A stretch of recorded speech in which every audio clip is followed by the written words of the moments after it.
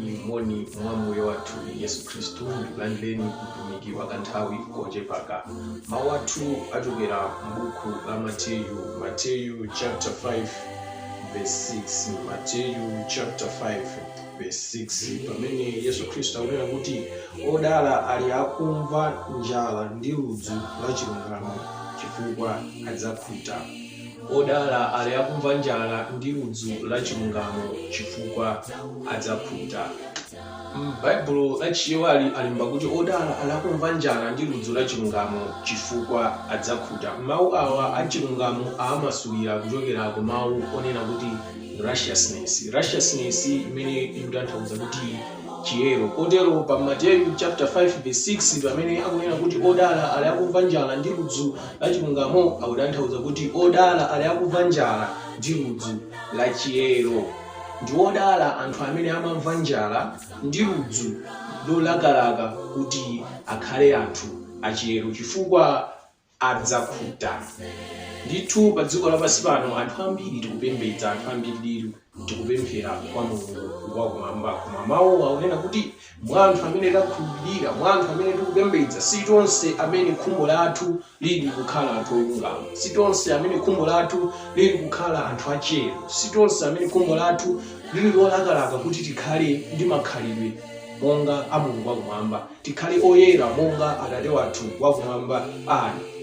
Ndithu ena mwa ife tinabwera kupemphera, ndife opemphera ndipo timapemphera cholinga chake kwenikweni ndi ludzu la mtendere, kuti tikhale ndi mtendere pa dziko lapansi pano. Mavuto atipanikiza, mavuto atifinya moti tichitosowa mtendere. Ndithu khumbo lathu ndi njala lathu ndi ludzu yathu ndionena kuti Mulungu atiotse mavuto osewa tikhale pa mtendere. Ndithu ena mwa ife njala yathu ndi ludzu yathu ndionena kuti titakhala anthu omasangalala, tidzisangalala, tidzinjoya, tidzimva bwino, tidziumva moyo kukoma mmene tikukhalira pa dziko lapansi pano. Ndiye timapemphera ndikumakhala pamaso pa Mulungu kwenikweni. Njala yathu ndi ludzu yathu ndionena kuti Mulungu atidalitse, atipatse zokhumba zathu, tidzikhala anthu osangalala. Ndithu tili ndi njala ndi ludzu losiyanasiyana monga anthu opembedza, monga anthu amene tikukhala pa dziko lapansi.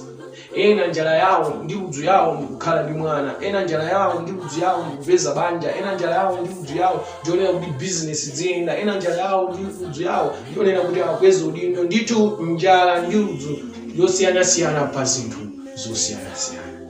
Koma Yesu Kristu akunena kuti ndi odala awo amene ali ndi njala ndi ludzu yofuna choonadi cha Mulungu wakumwamba, yofuna chiyero cha Mulungu wakumwamba, yofuna chilungamo chake cha Mulungu wakumwamba, chifukwa adzakhuta. Mulungu wakumwamba Yesu Kristu apereka lonjezo limene kuti kwa wina aliyense amene amamva njala ndi ludzu ya chilungamo, njala ndi ludzu ya chiyero, njala ndi ludzu lokhala ndi khalidwe monga la Mulungu wakumwamba, ndithu munthu ameneyo adzakhuta, adzakwaniritsidwa zofuna zake. Kodi inu abale anga ndinu amodzi mwa anthu amene akukambidwa kuti ndi odala, amene mukumakhala ndikumamva kuti iya mavuto ali apo, zosowetsa mtendere zili apo, zopsinja zili apo, komano ndinenera ndikhale nalo khalidwe mkati mwanga monga la Mulungu wakumwamba?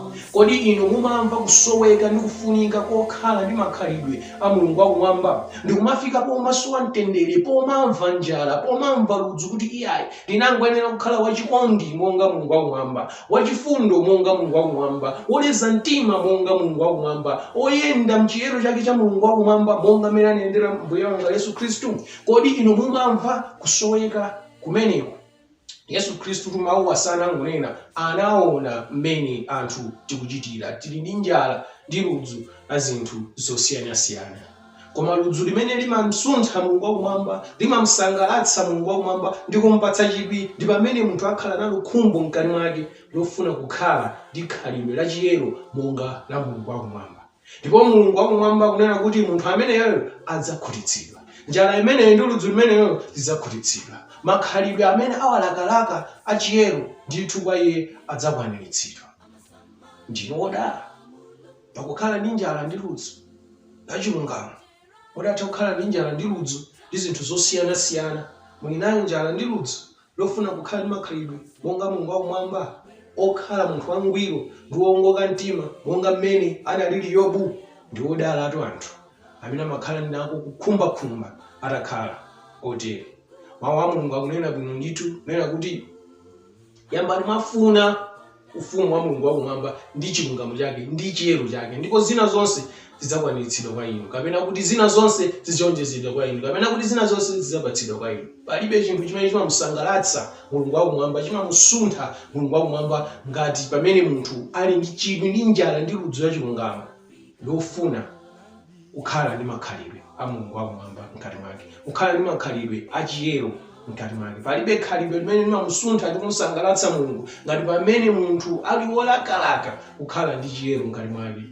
Ndipo Mulungu wakumwamba akunena kuti adzatsika ndi kuthandiza munthu woteroyo kudzadzitsa kukhutitsa njala yake ndi ludzu yake. Khalani odala inu pamene mukulakalaka ndi kukhumba zinthu za dziko lapansi, mtendere wa pa dziko lapansi, mukhumbenso kukhala nawo makhalidwe mkati mwanu monga a Mulungu wakumwamba. Chiyero monga chimene chinali mwa Danieli, chiyero monga chimene chinali mwa Yobu ikhale khumbo lanu. Mulungu wakumwamba akudalitseni. Khalani odala. Amen.